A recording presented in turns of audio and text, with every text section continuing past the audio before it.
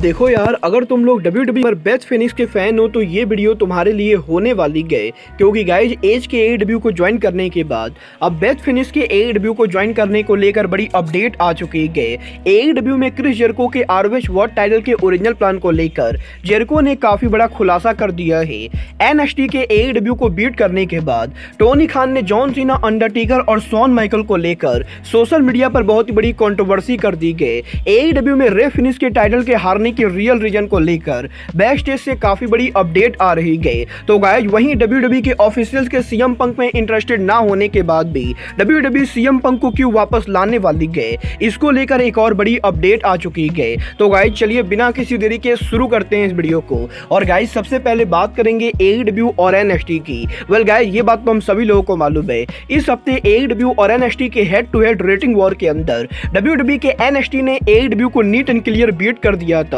जहां पर NXT की व्यूअरशिप 9 लाख से ज्यादा थी, तो वहीं AEW की व्यूअरशिप मात्र 6 लाख थी। और गाइज अब जबकि NXT ने AEW को बीट कर दिया है, तो गाइज यहां पर WWE के फैंस टोनी खान के मजे ले रहे हैं, क्योंकि गाइज जिस दिन AEW और NXT का रेटिंग वॉर हो रहा था उसी दिन यहां पर AEW के ओनर टोनी खान का बर्थडे था। और अब यहां पर जब टोनी खान अपने बर्थडे के ऊपर ही WWE NXT से हार चुके गए, तो गाइज यहीं सोशल मीडिया के ऊपर कल यहां पर एक रेसलिंग फैन ने टोनी खान के मजाक उड़ाने की कोशिश की, जहां पर एक रेसलिंग फैन ने ट्वीट करके ये कहा कि WWE NXT के ऊपर जिस तरीके से शॉन माइकल ने अंडरटेकर, जॉन सीना जैसे रेसलर्स को बुक किया था, उसके बाद शॉन माइकल को बुकर ऑफ द ईयर का अवार्ड मिलना चाहिए। और गाइज अगर आपको नहीं मालूम है कि बुकर ऑफ द ईयर क्या है, तो गाइज मैं आपको बता दूं, बुकर ऑफ द ईयर का अवार्ड रेसलिंग ऑब्जर्वर के द्वारा दिया जाता है। और गाइज जब से यहां पर AEW कंपनी का फाउंडेशन हुआ है, तब से टोनी खान को हर साल बुकर ऑफ द ईयर का अवार्ड मिला है। और गाइज यही इस हफ्ते NXT के AEW को बीट करने के बाद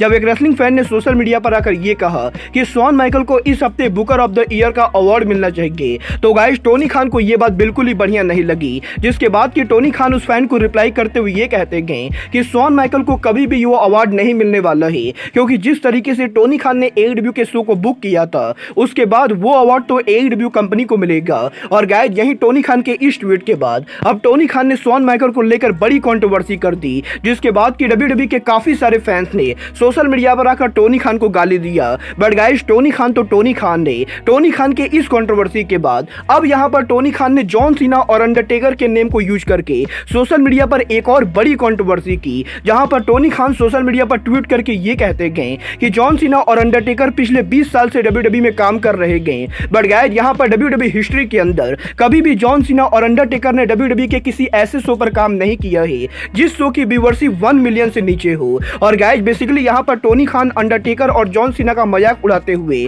सोशल मीडिया पर ट्वीट करके ये कहते गए कि जॉन सीना और अंडरटेकर के होने के बाद भी WWE NXT को 1 मिलियन व्यूअरशिप नहीं मिली गए। और गाइस अब यहां पर टोनी खान के इस हरकत के बाद WWE के फैंस टोनी खान की बढ़िया से बजा रहे गए, क्योंकि गाइस यहां पर AEW के शो को तो 6 लाख व्यूअरशिप मिली थी, और गाइस वहीं NXT के शो को 9 लाख व्यूअरशिप मिली थी। वेल गाइस यहां पर एक बात तो मैं भी बोलना चाहूंगा कि टोनी खान की बात तो बिल्कुल सही है कि जॉन सीना और अंडरटेकर के होने के बाद भी NXT को 1 मिलियन व्यूअरशिप नहीं मिली। बट गाइस यहां पर AEW कंपनी के ओनर होने के नाते टोनी खान का सोशल मीडिया पर आकर ऐसी चीप हरकतें करना मुझे यहां पर बिल्कुल ही बेकार लगता है। और गाइस मैं पर्सनली AEW के अंदर टोनी खान का बिगेस्ट फैन हूं, बट गाइस जिस तरीके से यहां पर टोनी खान NXT को लेकर पिछले 2 दिनों से सोशल मीडिया पर ट्वीट कर रहे गए, उन चीजों को मैं बिल्कुल भी सपोर्ट नहीं करता हूं, क्योंकि गाइस इससे at the end of the day Tony Khan की रेपुटेशन खराब होने वाली है। और गाइस अगर टोनी खान इन चीप हरकतों को बंद नहीं करेंगे तो गाइस जल्दी लोग टोनी खान को देने वाले गए।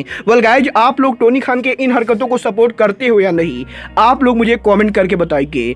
गाइस जहां तक बात रही AEW के डायनामाइट शो की, तो गाइस जैसा कि इस हफ्ते AEW के डायनामाइट शो पर हम लोगों ने देखा, इस हफ्ते AEW के head to head dynamite show के ऊपर ऑरेंज कैसिडी रे फिनिक्स को हरा के एक बार फिर से AEW के इंटरनेशनल चैंपियन बन चुके गए। और गाइस यहां पर मात्र 3 हफ्तों के अंदर रे फिनिक्स उनका टाइटल हार चुके गए। और गाइस अब जबकि फिनिक्स उनका टाइटल हार चुके गए, तो गाइस काफी सारे लोगों को ये बात समझ में नहीं आ रही है कि टोनी खान ने इतनी जल्दी फिनिक्स को क्यों हराया है। वेल गाइस अब मैं आपको बता दूं, डब्ल्यू टोनी खान को फिनिश को ना चाहते हुए भी हराना पड़ा है, क्योंकि गाइस फाइटफुल सेलेक्ट ने इस चीज को कंफर्म किया है कि रे फिनिश को इस समय अमेरिका के अंदर वीजा इशू चल रहा है और गाइस रे फिनिश के इस वीजा इशू की वजह से रे फिनिश को उनके कंट्री मैक्सिको वापस जाना पड़ा है। और गाइस क्योंकि रे फिनिश अमेरिका में आने वाले टाइम के अंदर कुछ टाइम के लिए काम नहीं कर सकते गए, तो गाइस इसीलिए एडब्ल्यू को ना चाहते हुए भी रे फिनिश को उनका टाइटल हराना पड़ा है। और गाइस जब तक यहां पर रे फिनिश का वीजा इशू सॉल्व नहीं होगा तब तक यहां पर एडब्ल्यू के अंदर हमें यहां पर रे फिनिश देखने को नहीं मिलेंगे और ये वो मेन रीजन है जिसकी वजह से एडब्ल्यू के अंदर ऑरेंज कैसिडी को ब्रांड न्यू इंटरनेशनल चैंपियन बनाया गया है। वेल गाइस ये तो बात हुई एडब्ल्यू के टाइटल चेंज होने के रियल रीजन की, बट गाइस चलिए फिलहाल आगे बढ़ते हैं और बात करते हैं क्रिस जेरिको की। वेल गाइस बात करें यहां पर क्रिस जेरिको की तो गाइस ये बात तो आप सभी लोगों को याद होगी, जेरिको यहां पर जब आरओएच कंपनी के वर्ल्ड चैंपियन थे तो गाइस जेरिको के टाइटल रिंग के अंदर क्रिस जेरिको काफी बार ओपन चैलेंज किया करते थे। और गाइस यही अभी सप्ताह जेरिको के लेटेस्ट पॉडकास्ट के ऊपर क्रिस जेरिको ने इस चीज को कंफर्म किया है कि एक टाइम पर एडब्ल्यू के डायनामाइट शो के ऊपर क्रिस जेरिको उनका टाइटल इंपैक्ट रेसलिंग के फॉर्मर सुपरस्टार पीसीओ के खिलाफ डिफेंड करने वाले थे। और गाइस एडब्ल्यू और इंपैक्ट रेसलिंग के बीच में पीसीओ के अपीयर होने को लेकर एग्रीमेंट हो चुकी थी, बट गाइस यहां पर लास्ट मिनट के ऊपर क्रिस जेरिको के इंजर्ड होने की वजह से एडब्ल्यू को उस मैच को कैंसिल करना पड़ा था। और गाइस यहां पर जेरिको का ये कहना है कि वो हमेशा से एडब्ल्यू के अंदर पीसीओ के साथ ड्रीम मैच लड़ना चाहते थे, बट गाइस उस टाइम पर जेरिको के इंजर्ड होने की वजह से जेरिको को पीसीओ से लड़ने का मौका नहीं मिला। और गाइस अब पॉसिबली एडब्ल्यू के अंदर जेरिको दोबारा पीसीओ को कभी भी फेस नहीं कर पाएंगे। वेल गाइस अब ये तो आने वाला टाइम बताएगा कि टोनी खान पीसीओ को एडब्ल्यू में कभी लाते हैं या नहीं, बट गाइस जहां तक बात रही टोनी खान के रेसलर्स को लाने की तो गाइस यही टोनी खान के रेटेड आर सुपरस्टार एज को एडब्ल्यू में लाने के बाद अब इस हफ्ते एज के लेटेस्ट इंटरव्यू के अंदर एज ने फाइनली ये कंफर्म कर दिया है कि क्या उनके डब्ल्यूडब्ल्यू को लीव करके एडब्ल्यू को ज्वाइन करने के बाद अब उनकी वाइफ और WWE hall of famer Beth Phoenix भी डब्ल्यूडब्ल्यू को लीव करके एडब्ल्यू को ज्वाइन करेंगे। वेल गाइस इस हफ्ते जब मीडिया ने एज से ये पूछा कि क्या उनकी वाइफ भी एडब्ल्यू कंपनी को फ्यूचर में ज्वाइन करने वाली हैं, तो गाइस एज ने यहां पर इस चीज को बिल्कुल ही क्लियर कर दिया है कि एज के बाद उनकी वाइफ बेथ फिनिश एडब्ल्यू को ज्वाइन नहीं कर सकती हैं, क्योंकि गाइस वो यहां पर डब्ल्यूडब्ल्यू के लीजेंड कॉन्ट्रैक्ट के अंदर है और ये कॉन्ट्रैक्ट 1 साल या 2 साल का कॉन्ट्रैक्ट ना होके बल्कि मल्टी ईयर का कॉन्ट्रैक्ट है। और गाइस डब्ल्यूडब्ल्यू के इस कॉन्ट्रैक्ट की वजह से वो यहां पर चाह कर भी एडब्ल्यू को ज्वाइन नहीं कर सकते गए। और गाइस यहां पर इसका मतलब ये बिल्कुल ही क्लियर है कि एडब्ल्यू के अंदर हमें बेथ फिनिश तो देखने को नहीं मिलेंगी। वेल गाइस ये तो बात थी बेथ फिनिश के पॉसिबली एडब्ल्यू को ज्वाइन करने की, बट गाइस जहां तक बात रही डब्ल्यूडब्ल्यूई की तो गाइस ये बात तो हम सभी लोगों को मालूम है, जब से टोनी खान ने सीएम पंक को फायर किया है तब से सबके मन में यही सवाल है कि डब्ल्यूडब्ल्यूई कंपनी सीएम पंक को वापस लाएगी या नहीं, क्योंकि गाइस पिछले 1 महीने से ये रूमर चल रही थी कि सीएम पंक डब्ल्यूडब्ल्यूई पर वापस आ रहे हैं। और गाइस अब यहां पर ये रूमर चल रही है कि डब्ल्यूडब्ल्यूई कंपनी सीएम पंक को नहीं लाना चाहती है। और गाइस इस हफ्ते रेसलिंग ऑब्जर्वर का ये दावा करना है कि डब्ल्यूडब्ल्यूई के अंदर विंस मैकमैन वो मेन रीजन है जिसकी वजह से यहां पर सीएम पंक डब्ल्यूडब्ल्यूई पर नहीं आएंगे, क्योंकि गाइस सीएम पंक और विंस मैकमैन के बीच में अब भी यहां पर काफी ज्यादा हीट है। और गाइस इसी रीजन की वजह से डब्ल्यूडब्ल्यूई कंपनी सीएम पंक को वापस नहीं लाना चाहती है। बट गाइस अब यहां पर पीडब्ल्यूआई इनसाइडर की तरफ से सीएम पंक के रिटर्न को लेकर एक और न्यू थ्योरी सामने आ चुकी है।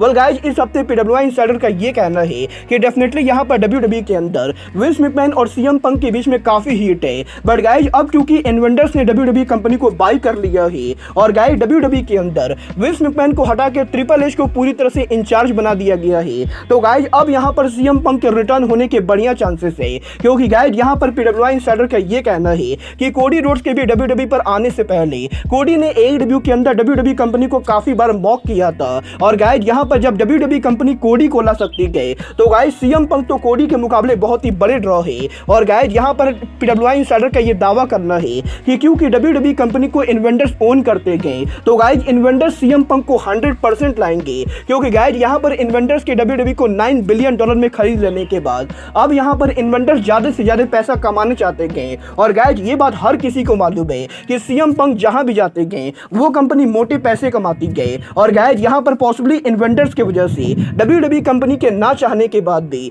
सीएम पंक को वापस लाया जाएगा, क्योंकि गाइस यहां पर सीएम पंक के डब्ल्यूडब्ल्यूई में आने से डब्ल्यूडब्ल्यूई कंपनी मोटे पैसे बनाने वाली गए। और गाइस सीएम पंक के ड्रॉ होने की वजह से सीएम पंक डब्ल्यूडब्ल्यूई पर 100% रिटर्न करने वाले गए। वेल गाइस अब ये तो आने वाला टाइम बताएगा कि विंस मैकमैन के सीएम पंक को पसंद ना करने के बाद भी इन्वेंटर्स और टीकेओ सीएम सीएम पंक को लाते हैं या नहीं। वेल गाइज, आपको क्या लगता है WWE को पंक को लाना चाहिए या नहीं, आप लोग मुझे कमेंट करके बताएंगे। बट गाइज, अब आज के इस वीडियो में बस इतना ही। मैं मिलता हूं आपसे अपने अगले वीडियो में। बट गाइज, तब तक के लिए goodbye, good night and bang.